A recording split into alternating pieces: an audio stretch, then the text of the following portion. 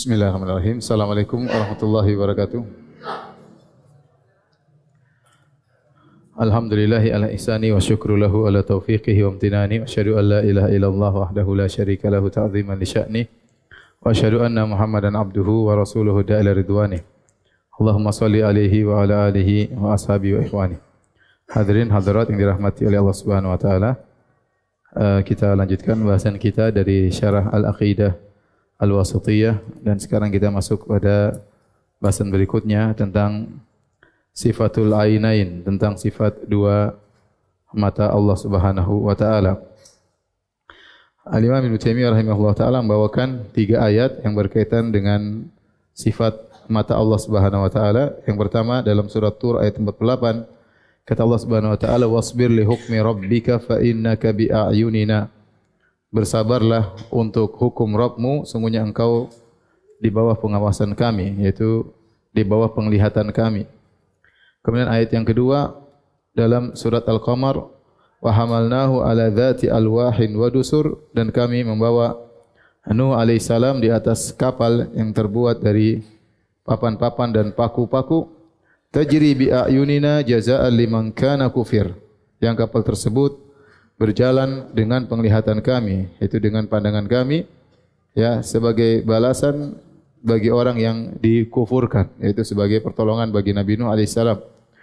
Kemudian ayat yang ketiga, wa qauluhu wa alqaitu alaika mahabbatan minni wa litusna'a ala aini, dan aku memberikan kepada engkau rasa cinta dariku, wa litusna'a ala aini, dan agar engkau diasuh di bawah pengawasanku. Inilah 3 ayat yang berkaitan dengan sifatul ainain, ya.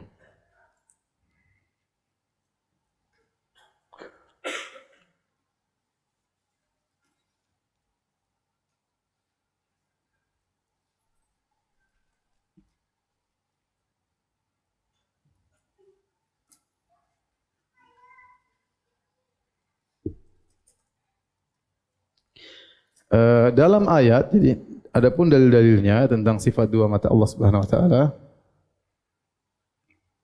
ada dari Al-Qur'an maupun dari sunnah, ya. Al-Qur'an dan sunnah, hadis. Adapun Al-Qur'an maka ada 2 model, ya. Datang dalam lafal mufrad, tunggal, kemudian datang dalam lafal jama', atau plural, ya. Yang datang dalam lafal mufrad, ya, kata Allah Subhanahu wa taala, wa alqaitu, yang disebutkan oleh Imam Ibnu Taimiyah, wa alqaitu alaika mahabbatan minni walitusna'a ala aini.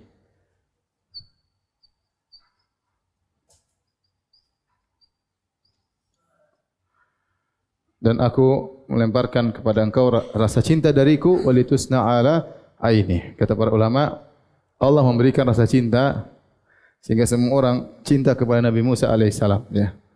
Makanya ketika dia ditemukan oleh istrinya Fir'aun, langsung istrinya jatuh cinta, ingin sayang kepada Nabi Musa, si kecil Musa. Kemudian dia tinggal di kerajaan Fir'aun dan Fir'aun pun sayang sama dia. Dan subhanallah, orang-orang Bani Israel pun sayang Nabi Musa. Dan kita juga kaum muslimin juga cinta dengan Nabi Musa alaihissalam, Nabi yang sangat hebat, yang luar biasa, yang kisahnya sering disebutkan oleh Allah dalam Al-Quran. Di sini walitusna'a ala aini, di sini aini tunggal, ya. Lafal mufrad. Itu agar kau diasuh di atas penglihatanku, di atas mataku, maksudnya di atas penglihatanku. Kemudian lafal jama' datang dalam 2 ayat, ya, di antaranya firman Allah Subhanahu wa taala, wa hamalnahu ala dzati alwahi wa dusur tajri bi a'yunina. Bi a'yunina jazaa'an liman kana kufir. Bahwasanya perahu yang dinaiki oleh Nabi Nuh berlabuh di atas lautan bi ayunina, dengan pandangan kami, dengan mata-mata kami, yaitu dengan Allah mengawasi perahu tersebut. Padahal perahu tersebut sangat sederhana. Kata Allah, wa hamalnahu ala dzati alwahin wa dusur. Kami angkat Nabi Nuh dan pengikutnya di atas perahu yang hanya terbuat dari lempengan-lempengan yang sederhana dan paku-paku. Ini artinya kapal Nabi Nuh kapal yang sangat sederhana. Bahkan kata para ulama itulah kapal pertama di dunia ya, sangat sederhana. Sementara ombak yang ada ketika itu sangat besar ya. Bahwasanya kata Allah Subhanahu wa taala kal jibal ya. Ombaknya seperti gunung, tetapi karena kapal tersebut diawasi oleh Allah Subhanahu wa taala dan tatkala berlabuh Nabi Nuh berkata bismillahi majreha wa mursaha, maka kapal tersebut meskipun dengan ombak yang setinggi gunung tetap selamat karena di bawah pengawasan siapa? Allah Subhanahu wa taala. Demikian juga firman Allah Subhanahu wa taala dalam surat Al-Qamar, kemudian dalam surat Tur kata Allah Subhanahu wa taala wasbir li hukmi rabbika fa innaka bi a'yunina.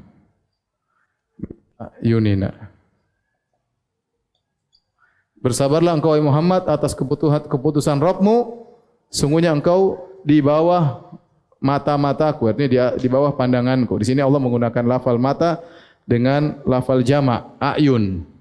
Ya, a'yun. Jamak mata adalah a'yun. A'yunun ya. Kemudian adapun mufrad yaitu ain ya. Ain. Ya. Baik, maksudnya kata Allah Subhanahu wa taala, Muhammad bersabarlah dengan keputusan Rabbmu. Nabi disuruh bersabar menjalani keputusan Allah, baik yang berkaitan dengan syariat yang mungkin terkadang memberatkan ya, Nabi disuruh bersabar menjalankan apa? Syariat. Demikian juga menjalani takdir yang Allah berikan. Bisa jadi Nabi diuji, bisa jadi Nabi dihina, bisa jadi Nabi dilemparin. Allah suruh sabar. Wasbir li hukmi rabbika. Wahai Muhammad, sabarlah engkau dengan keputusan Rabbmu. Ya, baik hukum kauni maupun hukum syar'i. Fa innaka bi a'yunina, karena engkau di bawah pengawasan kami. Taib, bagaimana menjamakkan antara keduanya? Tapi sebelumnya kita sampaikan dalam hadis ya. Saya bacakan hadisnya dalam Sahih Bukhari ya, dari Ibnu Umar radhiyallahu taala anhu, hadis riwayat Al-Imam Al-Bukhari ya. Dzukira Dajjal inda Nabi sallallahu alaihi wasallam. Dajjal disebutkan di sisi Nabi sallallahu alaihi wasallam. Kemudian Nabi mengomentari, itu ada orang ngobrol tentang Dajjal. Kata Nabi sallallahu alaihi wasallam, "Innallaha la yakhfa 'alaikum." Sungguhnya Allah tidak samar bagi kalian. Kalian tahu tentang Allah Subhanahu wa taala. Innallaha laisa bi'awar. Sungguhnya Allah tidaklah buta sebelah. Wa asyara biyadihi ila ainihi. Dan Nabi mengisyaratkan dengan tangannya ke arah matanya. Kata Nabi, Allah laisa bi'awar. Ingat, Allah tidak buta sebelah. Sambil mengisyaratkan ke mata Nabi sallallahu alaihi wasallam. Wa innal masiha a'warul ainil yumna. Sungguhnya adapun Dajjal a'warul ainil yumna, yaitu matanya buta sebelah. Jadi hadisnya Sahih Bukhari, kata Nabi sallallahu alaihi wasallam, "Innallaha la yakhfa 'alaikum." Ya. Wa innallaha laisa bi'awar. Wa asyara biyadihi ila ainihi. Wa inna ad-dajjal a'waru al-ain al-yumna.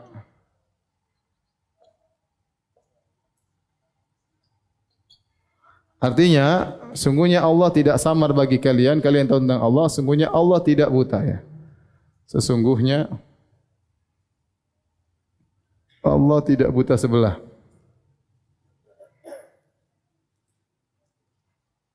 Dalam hadis ini, wa asyara biyadihi ila ainihi. Ini jadi poin penting. Nabi sallallahu alaihi wasallam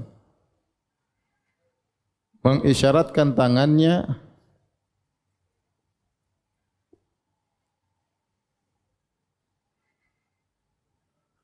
ke matanya, ke mata beliau. Kemudian beliau berkata, wa inna dajjal a'waru ainil yumna. Dajjal buta mata kanannya. Tapi berdasarkan hadis ini, para ulama ijma bahwasanya Allah memiliki dua mata, ya. Ya, ijma ulama Allah memiliki dua mata. Sisi pendalilannya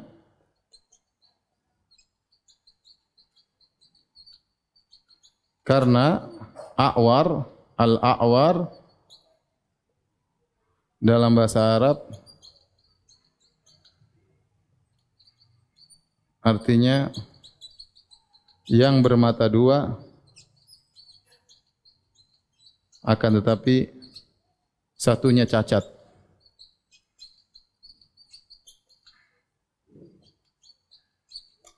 Sementara Allah tidak a'war. Tidak a'war. Berarti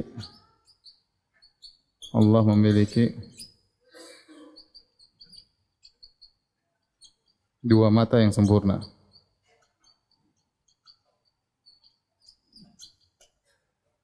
Dua mata yang sempurna. Datang dalam hadis dengan lafal dua mata, tapi hadisnya dhaif, ya. Hadisnya datang dalam hadis, ya, yaitu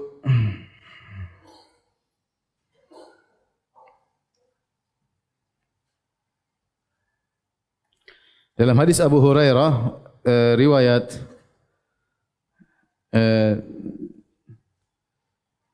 dalam hadis Abu Hurairah, kata Nabi SAW, Innal abda idha qama fi salati qama baina aynayir rahman.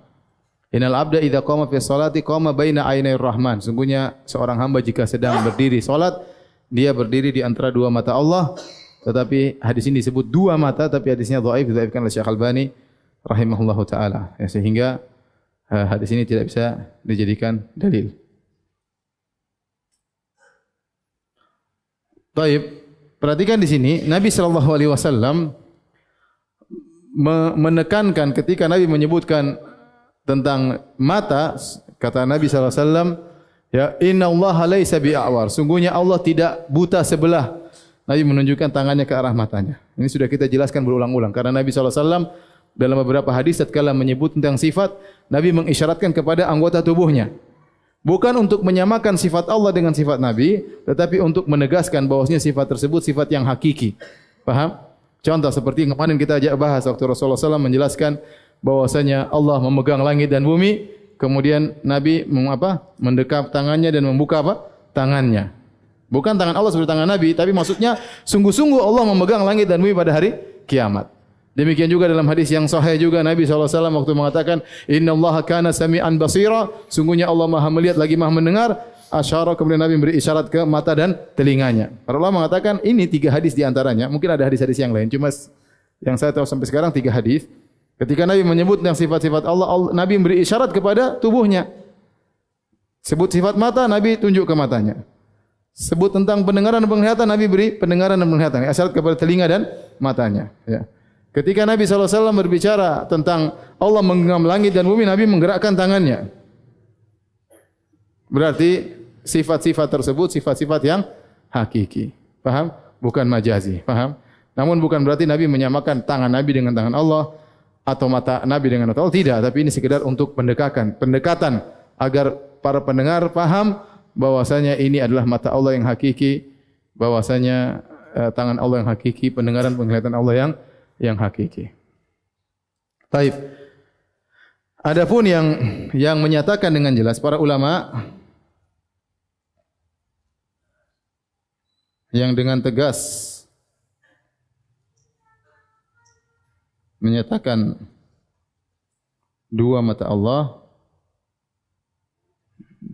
di antaranya Ad-Darimi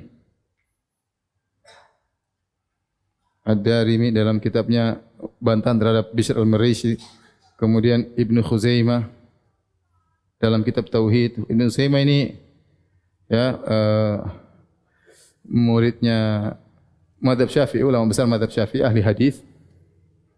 Muridnya Al-Muzani atau murid-muridnya Al-Muzani, ya.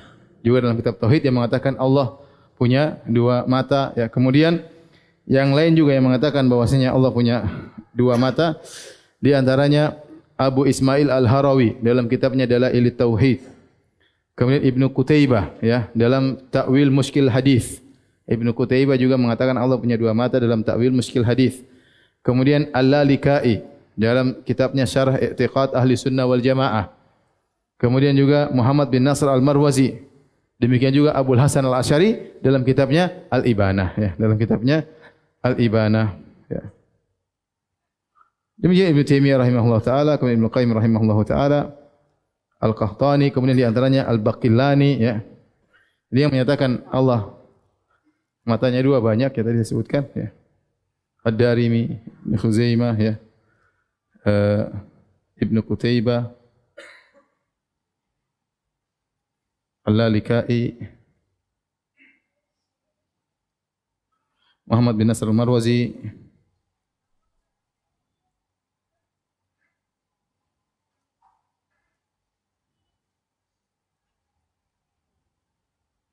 dan di antaranya adalah tokoh Asy'ariyah mutaqaddimin.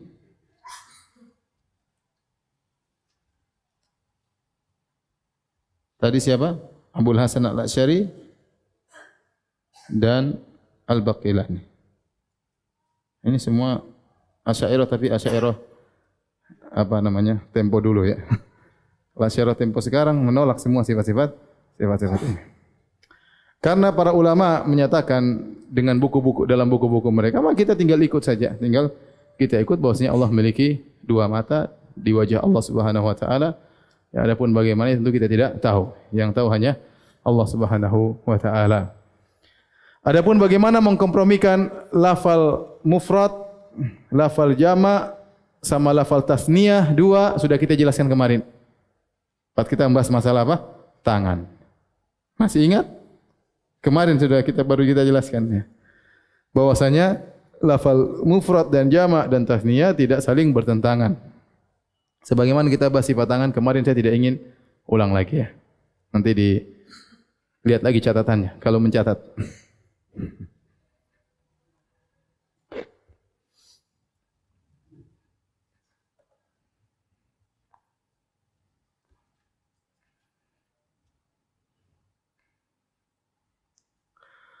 Baik, sebagai peringatan, terkadang kita dapati dalam buku-buku tafsir, para ulama Ahlus Sunnah wal Jamaah tatkala menafsirkan misalnya tajri bi ayunina, sungguhnya kapal tersebut mengalir atau berlabuh di lautan bi ayunina dengan penglihatan kami, kemudian diartikan dengan pengawasan kami. Pengawasan kami. Ingat ini bukan takwil, tapi itu tafsir dengan kelaziman. Tafsir dengan kelaziman ya. Ini sudah saya sering sampaikan. Seperti walitusna'a ala aini, agar kau wahai Musa diasuh dengan mata kami, maksudnya dengan penglihatan kami, maksudnya dengan pengawasan kami, dengan pengawasan kami. Dan ini bukan takwil tapi tafsir dengan lazim. Ya, kenapa? Karena ulama Ahlus Sunnah tidak menolak sifat mata. Mereka menetapkan sifat mata dan mereka menetapkan tafsir dari kelaziman mata tersebut. Artinya Allah melihat, berarti Allah mengawasi. Berarti Allah mengawasi. Sebagaimana saya sebutkan dari Ibnu Jarir At-Tabari. Ibnu Jarir At-Tabari ya, tatkala menafsirkan bal yadahu mabsutatani yunfiqu kaifa yasha. Bahkan kedua tangan Allah terbentang berinfak sebagaimana Allah kehendaki. Kata dia terbentang maksudnya Allah dermawan. Bukan berarti dia menolak sifat tangan, karena dalam ayat yang lain dia mengatakan ma mana'aka an tasjuda lima khalaqtu bi yadayya, maksudnya dua tangan yang hakiki. Dia bahkan dia membantah orang-orang yang mentakwil. Artinya dalam tempat yang lain dia menetapkan sifat tangan yang hakiki, dalam tempat yang lain dia tafsirkan dengan tafsir kelaziman. Faham? Jadi ini namanya tafsir bil lazim. Baik. Dari sini kita tahu bahwasanya Dajjal matanya buta sebelah. Ya. Tatkala Allah mengatakan innallaha la yakhfa 'alaikum, Allah tidak akan samar bagi kalian. Innallaha laisa bi'awar, Allah tidak buta sebelah. Kalau Allah tidak ada wajahnya, tidak ada matanya, ya Nabi tidak perlu bilang Allah tidak buta sebelah. Nabi aja bilang Allah tidak punya wajah, selesai. Paham? Tapi tatkala Nabi mengatakan bedakanlah Dajjal dengan Allah, Dajjal itu matanya buta sebelah, Allah tidak. Berarti kan memang ada sisi situnya yang apalagi Nabi sampai nunjuk ke matanya. Berarti benar-benar ada mata. Adapun matanya Allah tidak ada yang tahu. Ya. Sebagaimana zat Allah kita tidak tahu, maka wajahnya Allah pun kita tidak tahu dan matanya Allah pun kita tidak tahu. Ya. Karena seandainya Allah tidak, sebagaimana keyakinan ahlul bidah, ya, bahwasanya Allah tidak memiliki wajah, tidak memiliki mata, ya sudah tinggal gampang. Dajjal buta sebelah, Allah tidak berwajah, selesai kan? Ngapain Nabi mengatakan Allah tidak buta sebelah? Bahwasanya dua mata Allah tidak cacat. Seperti itu maknanya. Paham? Baik. Kalau sudah, tolong dihapus.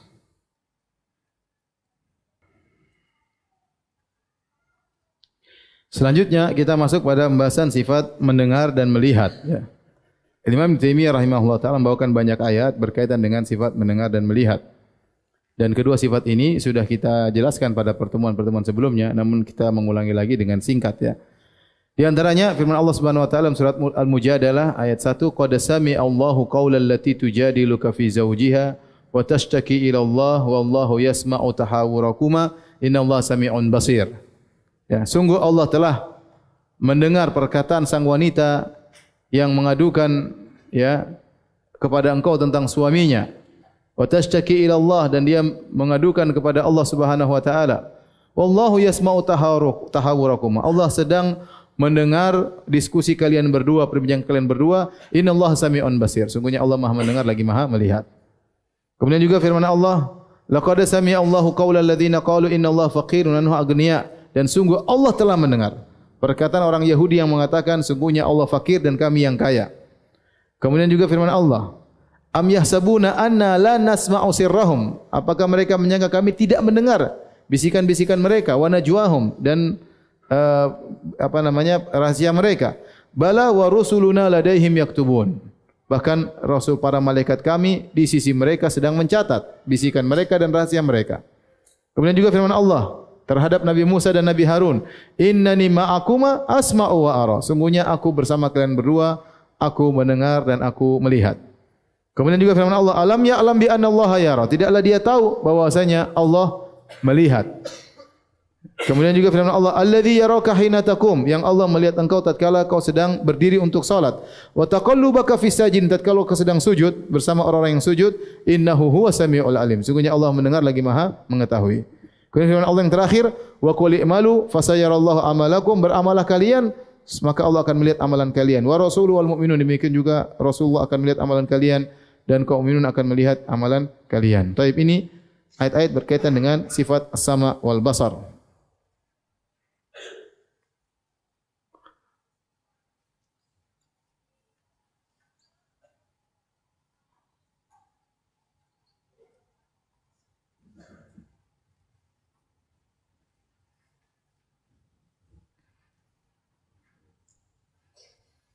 Mendengar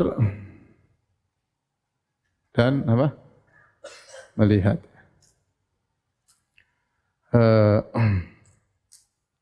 Adapun dalil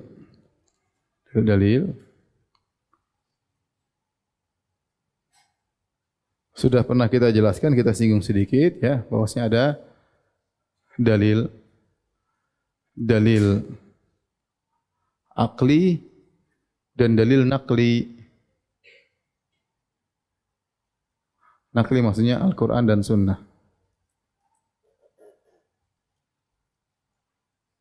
Dalil akli maksudnya dalil akal, dalil logika. Ahlussunnah wal Jamaah tatkala menetapkan sifat-sifat Allah menempuh dua metode, baik dengan naqli, Al-Quran Sunnah itu merupakan pendalilan yang utama. Kemudian juga kalau memungkinkan dengan dalil akli, maka juga dengan dalil akal ya. Maka dalam dalil akal ada dua metode, disebut dengan dalil kamal. Yang kedua disebut dengan dalil al-muqabalah atau al-dhiddiyah. Dalil kamal yaitu kesempurnaan.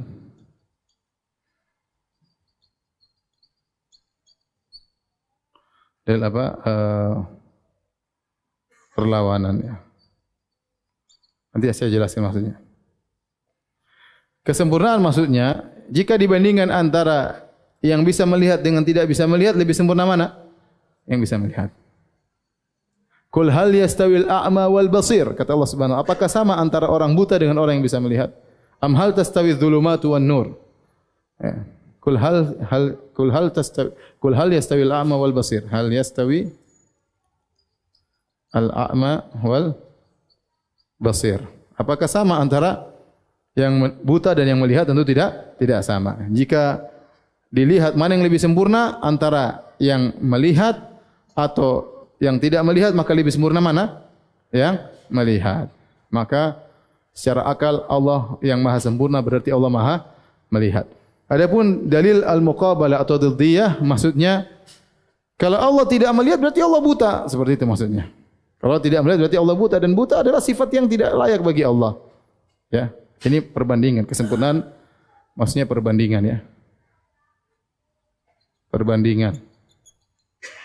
Mana yang lebih sempurna?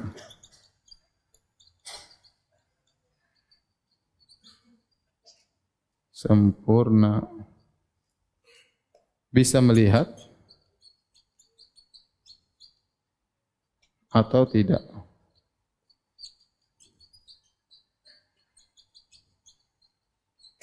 Adapun dalil muqabalah perlawanan, artinya maksudnya jika Allah tidak melihat berarti Allah buta. Kalau Allah buta berarti cacat. Dengan demikian Allah Maha melihat. Nabi Ibrahim berkata kepada ayahnya, "Ya abati, lima ta'budu ma la yasma'u wa la yubsiru wa la yughni anka syai'a." Ya abati, lima ta'budu ma la yasma'u wa la yubsiru wa la yughni anka syai'a. Wahai ayahanda, kenapa engkau menyembah patung yang tidak bisa mendengar dan tidak bisa melihat? Ya.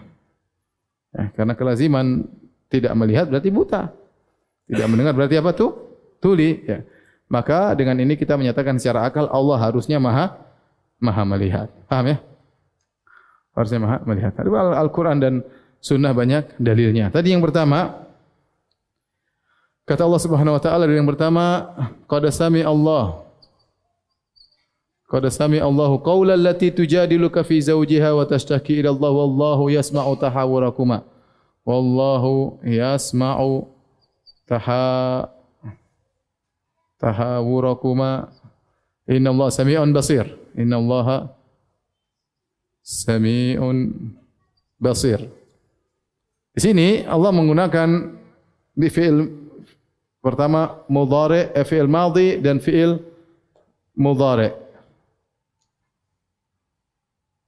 Yasma. Qad sami'a, sungguhnya Allah telah mendengar keluhan seorang wanita kepada Nabi tentang suaminya. Kapan Allah mendengar? Ketika terjadi pembicaraan atau tidak? Setelah wanita mengeluhkan kepada Nabi, baru Allah mengatakan Allah telah mendengar.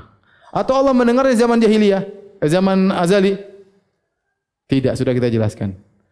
Allah Maha mendengar sejak zaman azali, tapi pembicaraan ini baru Allah dengar belakangan, paham? Karena kalau kita bilang Allah sudah zaman azali sudah mendengar, berarti pembicaraan itu juga sudah ada di zaman azali. Paham? Paham tidak? Baik. Saya ulang lagi sekali ya, kalau enggak paham keterlaluan ya.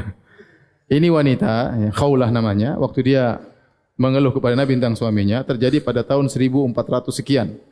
Pada tahun apa? Tahun Hijriah, berapa Hijriah? Tahun beberapa Hijriah di Madinah, ya. Berarti 1400 tahun yang lalu, ya.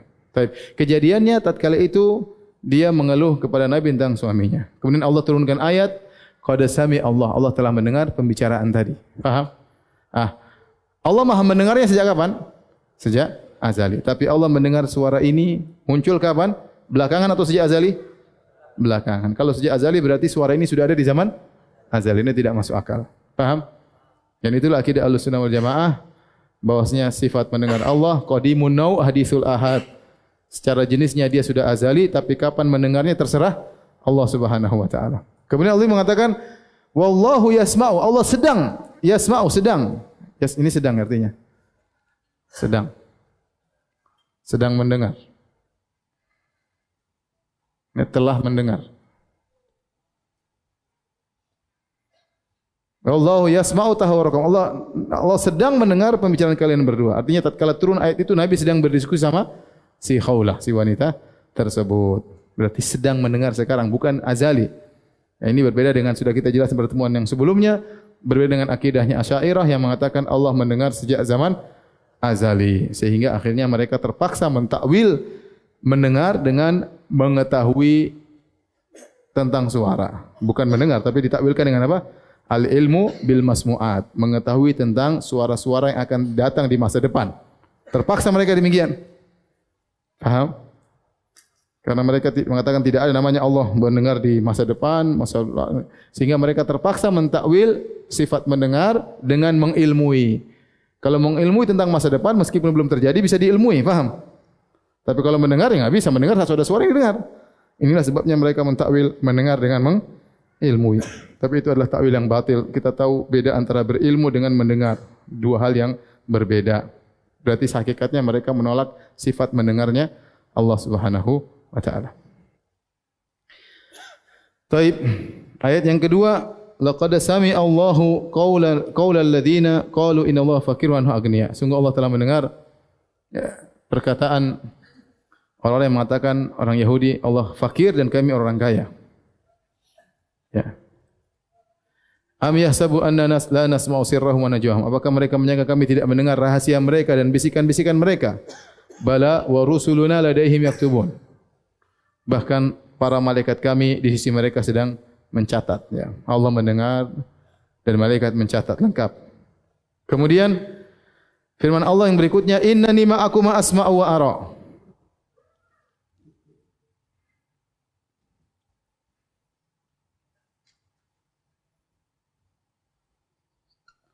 Innani ma'akuma asma'u wa ara. Sungguhnya waktu itu Allah berkata, idhaba ila fir'auna innahu tagha. Faqula lahu qawlan layyinan la'allahu yatadhakkaru aw yakhsha. Qala rabbana innana nakhafu ay yafruta alaina aw ay yatgha. Qala la takhafa innani ma'akuma asma'u wa ara. Dalam surat Thaha. Jadi Allah mengatakan, wahai Musa dan Harun, pergilah kalian berdua menuju Fir'aun. Berdakwahi dia, sungguhnya dia telah berbuat melampaui batas. Ya. Ucapkanlah kepada Fir'aun kalian berdua dengan ucapan yang lembut. Ya. Siapa tahu dia sadar, siapa tahu dia dapat hidayah. Apa kata Musa dan Harun? Qala Rabbana innana nakhafu ay yafruta alaina aw ayatgha. Ya Rabb kami takut kalau mau ketemu Fir'aun. Dia akan berbuat zalim kepada kami. Kemudian akan berbuat melampaui batas kepada kami. Ya, karena Fir'aun orang yang hebat, sementara Musa melakukan kesalahan karena pernah membunuh anak buah Fir'aun. Jadi Musa ketakutan. Maka kata Allah, qala la takhafa. Janganlah kalian berdua apa? Takut. Wahai Musa dan Harun, tidak usah takut. Kenapa? Innani ma'akum, karena aku bersama kalian berdua. Asma'u wa ara, aku mendengar dan aku melihat. Jangan khawatir, kalian berdua dalam pengawasanku. Aku selalu mendengar apa yang kalian bicarakan dan aku melihat apa yang kalian lakukan. Oleh karenanya benar, begitu Nabi Musa ketemu dengan Fir'aun, jadi Nabi Musa kan waktu itu diutus untuk berdakwah kepada Fir'aun, Nabi Musa ketakutan. Dia enggak mau sendirian. Dia bilang, ya Allah jadikan Harun temanku biar berdua. Karena kalau sendiri apa? Ketakutan. Bahkan Nabi Musa berkata, wa Harun wa Harun akhi huwa afsahu minni lisana wa akhi Harun huwa afsahu minni lisana. Saudaraku Harun lebih pintar ngomong daripada aku. Maksudnya ini nanti jadi juru bicaraku. Jadi juru bicaraku. Musa ketakutan ngomong sama Fir'aun. Begitu sampai ketemu Fir'aun, Harun diam tidak ngomong. Yang ngomong siapa? Nabi Musa. Nabi Musa bahkan dia pandai berdebat. Kenapa? Karena Allah mengatakan asma'u, aku dengar kalian ngomong, tenang aja. Fir'aun jawab apa? Allah ilhamkan kepada Nabi Musa untuk menjawab. Fir'aun ngomong apa? Allah ilhamkan Nabi Musa untuk apa? Menjawab. Jadi Nabi Musa bantah semua hujah-hujah Fir'aun. Kenapa? Karena Allah mengatakan asma'u wa ara. Tenang aja pembicaraan kalian, kau dengan Fir'aun, aku dengar semuanya dan aku melihat semuanya. Maka ini kata para ulama disebut dengan al-ma'iyah al-khassah. Al-ma'iyah al-khassah. Ini innani ma'aku bersama kalian berdua. Al-ma'iyah al-khassah yaitu kebersamaan khusus. Khusus yang melazimkan pertolongan.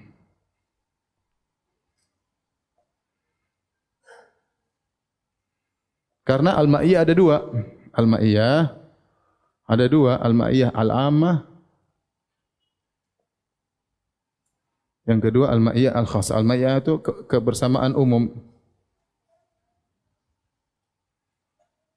Maksudnya Allah bersama seluruh makhluknya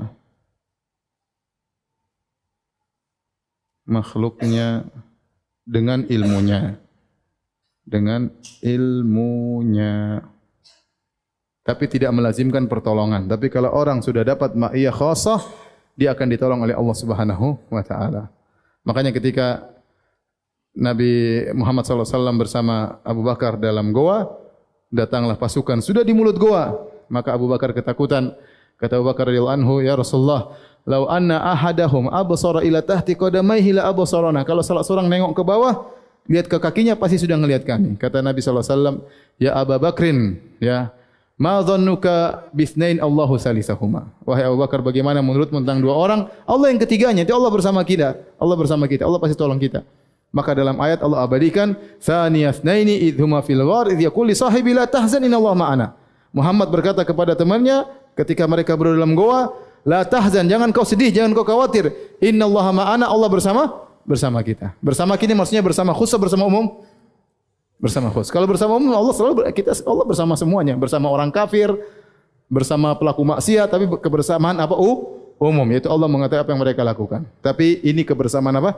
Khusus yang melazimkan pertolongan dari Allah Subhanahu wa taala. Di sini asma'u wa ara, aku mendengar dan aku melihat apa yang kalian lakukan.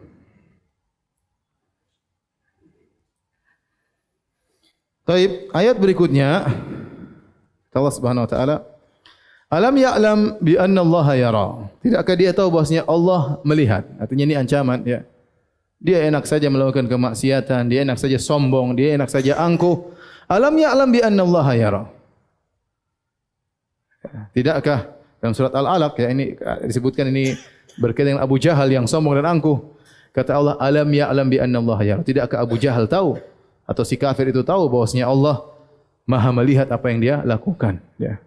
Dia merasa santai, merasa tenang, melakukan kemaksiatan dilakukan. Allah tahu semua yang sedang dia lakukan dan Allah bisa kasih balasan. Kemudian ayat berikutnya kata Allah, alladzi yaraka hina taqum. Yaitu Allah ini yang melihat engkau tatkala engkau bangun untuk salat. Sedang, yara di sini sedang apa? Sedang melihat, ya. Jadi jangan dibilang Allah melihat sejak zaman azali, enggak benar juga, ya. Allah Maha melihat sejak zaman azali, tapi kapan Allah melihat tergantung ada objeknya atau tidak, paham? Kalau objeknya di tahun 1000, di tahun 10.000 tahun kemudian, ya berarti Allah baru lihat itu.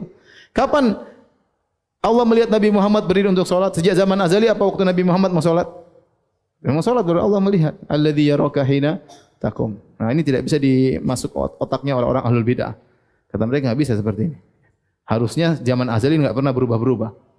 Nah, kalau gitu akhirnya mereka takwil melihat dengan apa? Al-ilmu bil mubsarat. Ilmu tentang sesuatu yang terlihat. Ini sudah kita bahas, nanti antum cek lagi lah. Saya enggak pengin bahas ulang, ya, karena memusingkan.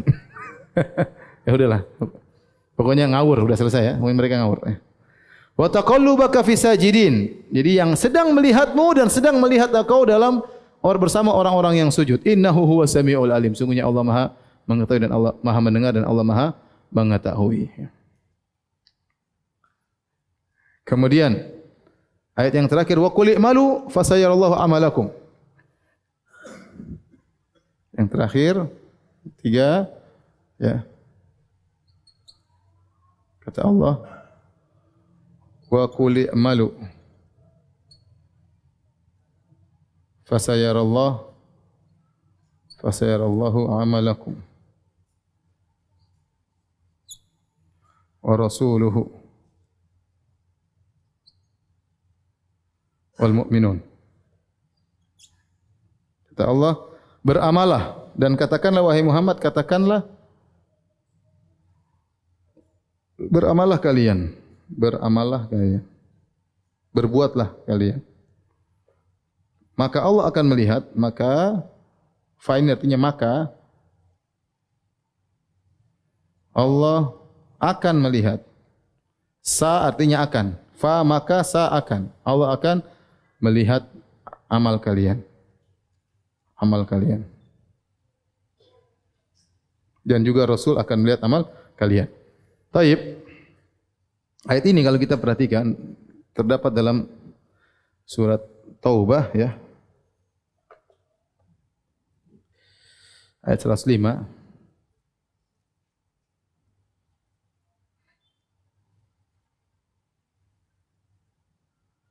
Sebelumnya Allah berbicara tentang sebagian model manusia.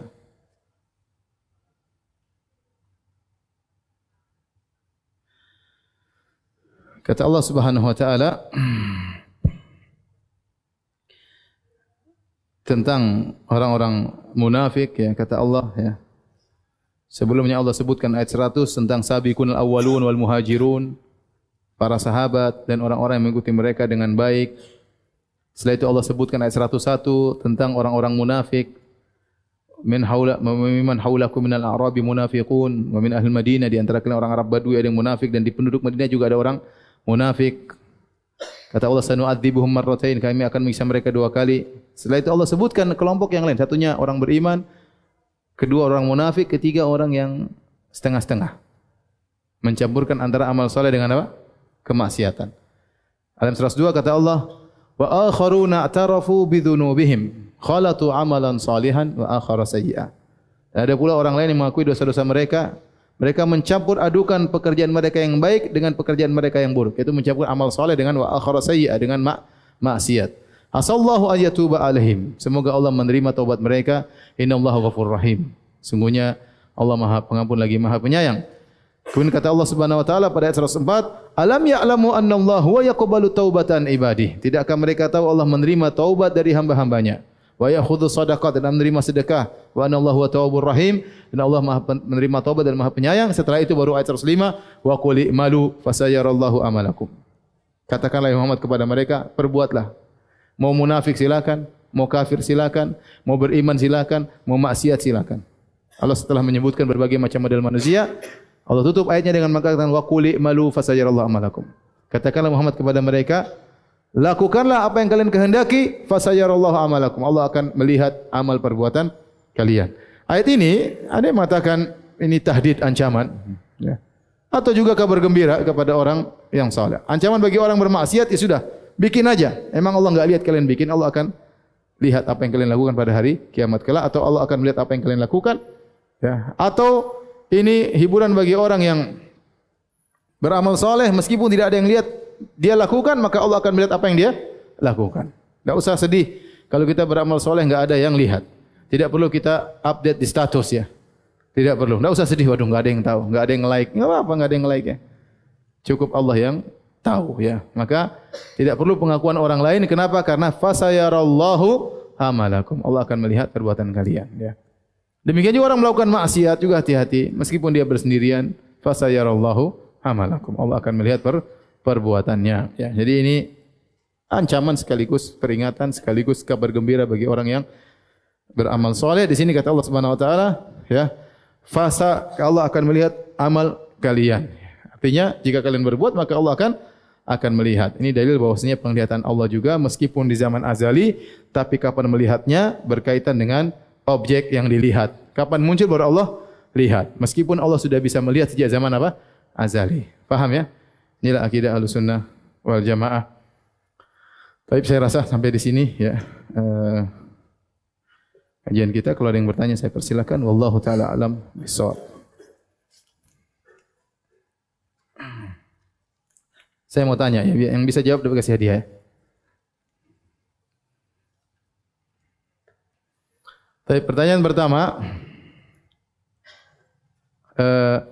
tadi disebutkan ada 2 dalil akal tentang sifat melihat dan mendengar ya. Masih tertulis ya? Siapa yang bisa jelaskan salah satunya? Ya udah silakan. Ya terus dulu lah. Dalil akli.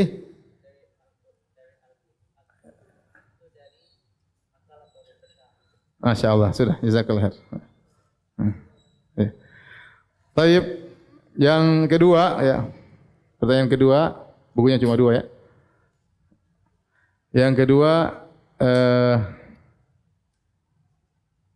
coba sebutkan 4 ulama yang menyatakan bahwasanya Allah matanya 2. Ya. 4 ulama. Ibnu Khuzaimah, terus Al-Lalikai, terus Imam Abul Hasan Al-Asy'ari. Siapa? Ya udah enggak apa sini. Tafadhal. Silakan. Mau ditanda tangan kah?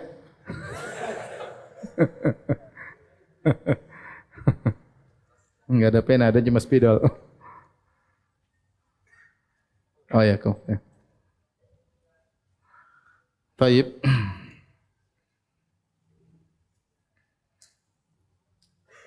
Ustadz, bagaimana dengan menepis teori-teori seperti geosentris, heliosentris, Kopernikus, planetari, Gier dan lain-lain yang bertentangan dengan Al-Quran dan hadis tersebut telah dipercaya kebenarannya dalam dunia akademis.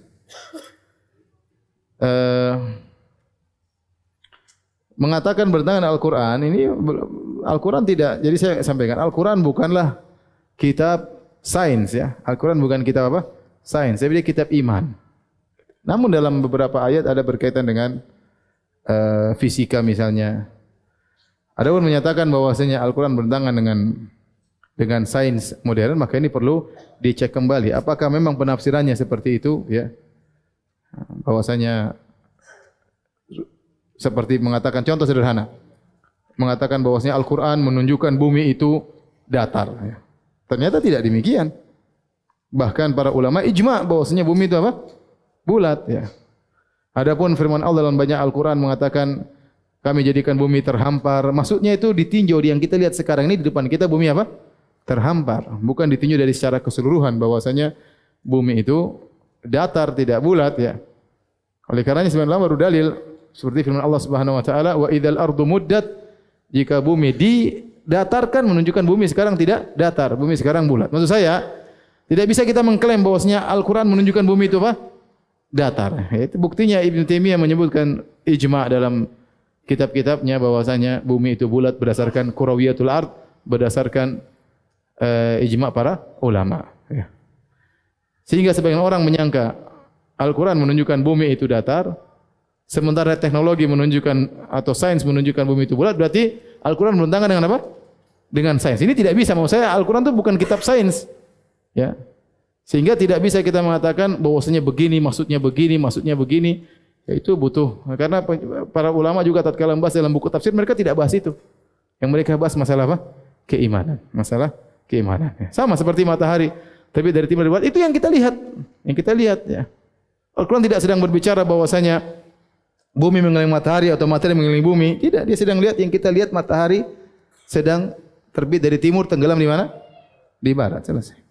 Oleh karenanya mau saya tidak usah kita pertentangan antara sains dengan Al-Quran, kecuali perkara yang benar-benar jelas.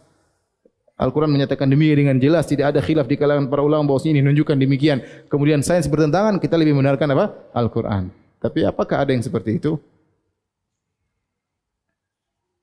Contoh seperti misalnya Al-Quran mengatakan atau dalil-dalil menunjukkan matahari terbit dari timur. Terus berdasarkan sains modern ternyata matahari terbit dari barat. Ya sudah, kita jangan percaya sama sains modern. Kenapa? Karena para ulama semua tatkala menjelaskan, mereka menjelaskan matahari terbit dari mana? Dari timur. Ya.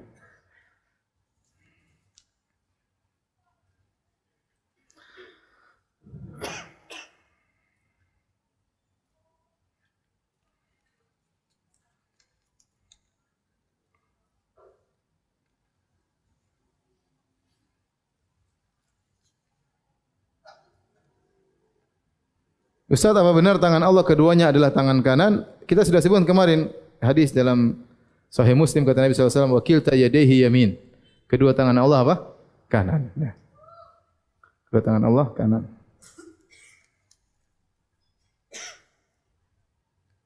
Ustaz, apa faedah bagi kita mengimani Allah memiliki dua tangan ya? Berarti kita mengakui Allah Maha Agung. Bagaimana tangan Allah menggenggam bumi, melipat langit. Allah Maha Besar ya. Alam semesta ini sangat apa? Kecil dalam genggaman Allah Subhanahu wa taala. Ya, ya Allah jelaskan ya kita beriman ya. Yang kita bilang Allah tidak punya tangan. Allah bilang Allah punya tangan, nanti bilang oh enggak. Allah bilang Allah punya tangan, enggak, Allah engkau enggak punya tangan. Jangan. Kurang beradab kepada Allah Subhanahu wa taala. Apa hukum baca Al-Qur'an melalui aplikasi HP? Enggak ada masalah, silakan. Bagaimana batasan mengejar dunia? Ya, dunia kalau dijadikan sarana untuk akhirat tidak apa dikejar. Antum terlalu banyak dalil dalam Al-Qur'an maupun sunnah menyuruh kita berinfak, menyuruh kita untuk bersedekah, untuk bayar zakat. Kalau antum enggak cari dunia, gimana cara berinfak? Tapi jangan sampai dunia tersebut masukkan dalam hati antum ya. Itu yang jadi masalah sehingga mengejar dunia, niatnya untuk berinfak malah meninggalkan kewajiban. Itu yang jadi masalah ya. Saya mau naik haji tapi cari duitnya tidak sholat. Nah, itu enggak benar seperti itu. Ya, kita cari harta, ada waktunya kita ibadah dan tatkala kita mencari harta kita niatkan karena Allah Subhanahu wa taala. Itulah kita bisa menerapkan firman Allah, "Wa ma khalaqtul jinna wal insa illa liya'budun." Tidaklah kuciptakan jin dan manusia kecuali untuk beribadah kepadaku. Artinya ayat ini menunjukkan kita bisa menjadikan seluruh aktivitas kita sebagai ibadah. Seluruh aktivitas kita bisa jadi apa? Ibadah. Anda ketemu istri jadi ibadah, ketemu anak jadi ibadah, berjalan kaki ke sana jadi ibadah. Ya, senyum sama orang ibadah, cari nafkah juga apa? Ibadah. Baik, azan.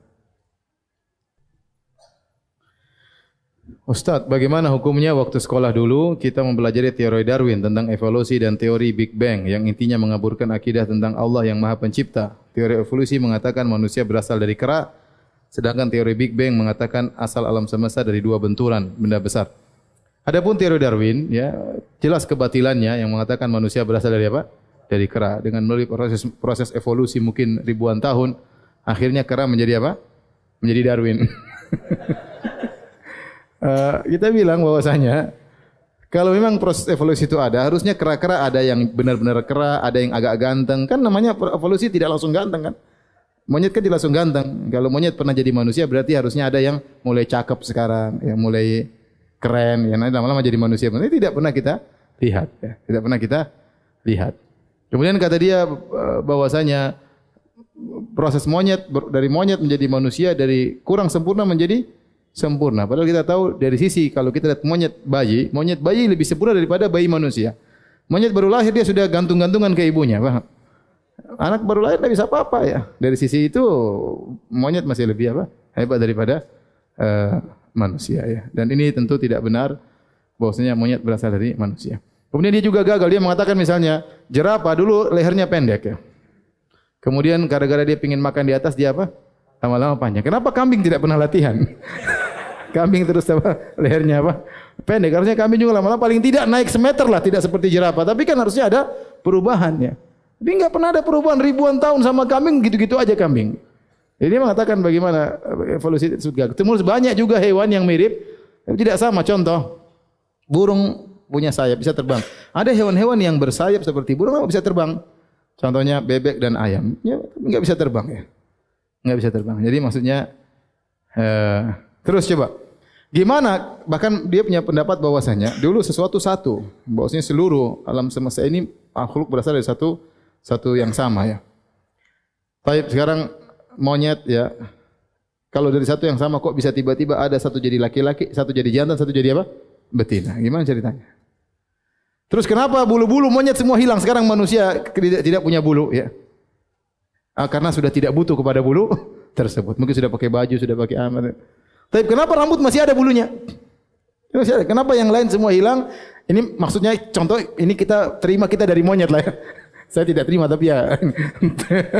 Taruhlah kita semua dari monyet. Kita tanya sama Darwin. Sekarang rambut-rambut monyet dulu kemana? Oh sudah mengalami evolusi. Loh kenapa masih ada sisa rambut di kepala?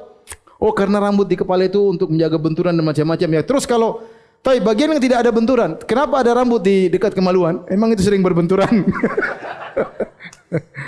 Ya, intinya itu teori ngawur. Ya, mungkin Darwin di depan kaca lihat dia mirip monyet, akhirnya dia bilang, saya mirip monyet. Saya nenek moyang saya dari monyet. Kalau kita enggak, kita dari Nabi Adam alaihissalam. Bahkan kita sekarang sedang mengalami penurunan. Adam dulu gagah, tinggi, tampan. Kita sekarang mengalami, nanti kalau kaum muslimin masuk surga, akan dikembalikan kepada bentuk yang sempurna. Paham? Teorinya bertentangan dengan teori Darwin. Darwin kan dari bahlul jadi pinter. Kalau kita Adam sempurna jadi apa? Jadi seperti kita sekarang ini. Taib. Adapun teori Big Bang ini hipotesa, hanya dugaan tentang teori banyak. Ada teori bintang kembar, ada teori Big Bang. Teori Big Bang adalah benda yang padat kemudian mengalami peledakan akhirnya jadi. Kita bilang taruhlah penciptaan alam semesta seperti itu. Taruhlah ada teori bintang kembar, ada teori Big Bang, ada teori kabut apalah, teori inilah banyak ada beberapa teori. Tapi kita benarkan teori itu, entah mana yang benar, mungkin mereka khilaf, enggak tahu dalilnya apa ya. Tidak ada yang bisa membuktikan teori-teori tersebut. Tapi kalau kita bilang seandainya teori itu benar, timbul pertanyaan, siapa yang menyediakan materinya? Materialnya siapa yang sediakan? Paham? Yang teori Big Bang, taruhlah teori Big Bang benar, alam semesta diciptakan dengan teori Big Bang. Tapi yang menyediakan itu siapa? Tuhan atau ada sendiri? Kalau ada sendiri ya namanya kebetulan. Kebetulan bukan ilmiah ya. Kemudian waktu dia pecah, pecah. Kok bisa jadi ada yang hidup, ada yang mati? Coba jadi manusia, jadi hewan, gimana? Kalau enggak ada yang ciptakan, paham? Harusnya kalau pecah ya sudah jadi benda mati terus. Tapi kenapa setelah itu ada monyet, ada Darwin, ada kambing, ada yang lain-lain ya. Ada yang ciptakan ya. Ya. Kalau mereka bilang kebetulan, ya itulah Tuhannya ateis apa? Kebetulan. Semua kebetulan. Kebetulan kamu juga ateis. Ini kebetulan kamu sinting, kamu juga kebetulan sinting. Terakhir pertanyaan tentang hadis man kadzama ghaidhan wa huwa qadirun ala an yunfidhahu da Allah azza wa jalla ala ru'sil khalaiq yaumal qiyamah yukhayyirullahu min ayil huri sya'a. Barang siapa yang meredam kemarahannya padahal dia mampu, ala ayunafidhahu, dia mampu untuk melampiaskannya tapi dia tahan, maka Allah akan panggil dia pada hari kiamat di depan khalayak. Allah suruh dia pilih bidadari mana yang dia sukai. Sahihkah hadis tersebut? Siapa perawinya? Jika hasan, siapa yang menghasankan? Di sini diriwayatkan di antara Imam Ahmad. Ya. Imam Ahmad ya. Dan hadis ini diperselisihkan, sebagian ulama mendhaifkan, sebagian ulama menghasankan. Ya, di antara yang mendhaifkan adalah saya baru lihat tadi para pentahqiq Muslim Ahmad, jadi Syuaib Al-Arnaud dan kawan-kawannya rahimahullah. Adapun yang menghasankan ya Syekh Albani rahimahullahu taala. Tetapi hadis seperti ini adalah hadis berkaitan dengan fadail a'mal ya. Adapun amalannya sendiri perkara yang disepakati, meredam amarah perkara yang disepakati ya. Makanya Allah memuji orang-orang yang meredam amarah, di antara ciri-ciri penghuni surga kata Allah Subhanahu wa taala wal kadhiminal ghaidz. Orang-orang yang meredam apa? Amarah. Adapun pahalanya seperti ini datang dalam hadis yang diperselisihkan. Ada yang mendhaifkan, ada yang menghasankan. Si Albani menghasankan, kita tidak terlalu kencing dalam hadis-hadis yang seperti ini. Hadis-hadis tentang fadail amal yang amalnya memang sudah ada dalam dalil yang sahih. Faham? Ya, semisal ini seperti masalah solat syuruk ya. Solat syuruk, duduk setelah solat berzikir sampai syuruk, kemudian solat duha. Karena ini rangkaian amalan semua ada ya. Solat di masjid ada dalilnya enggak? Ada. Setelah selesai solat duduk berzikir di tempat sampai terbit matahari ada dalilnya enggak? Ada. Solat duha ada dalilnya enggak? Ada enggak? Ada. Rangkaian ini menimbulkan suatu pahala tersendiri, maka ini dipersiapkan oleh para ulama. Hadis-hadis datang dari Abu Umamah, kemudian dari Aisyah, ya dari beberapa sahabat ya. Sanadnya dhaif. Nah, di situ timbul ijtihad.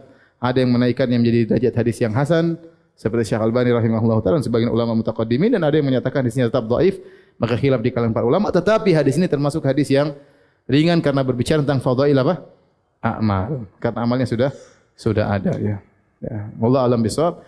Demikian saja kajian kita. Subhanakallah bihamdik asyhadu an la ilaha illa anta astaghfiruka wa atubu ilaik. Assalamualaikum warahmatullahi wabarakatuh.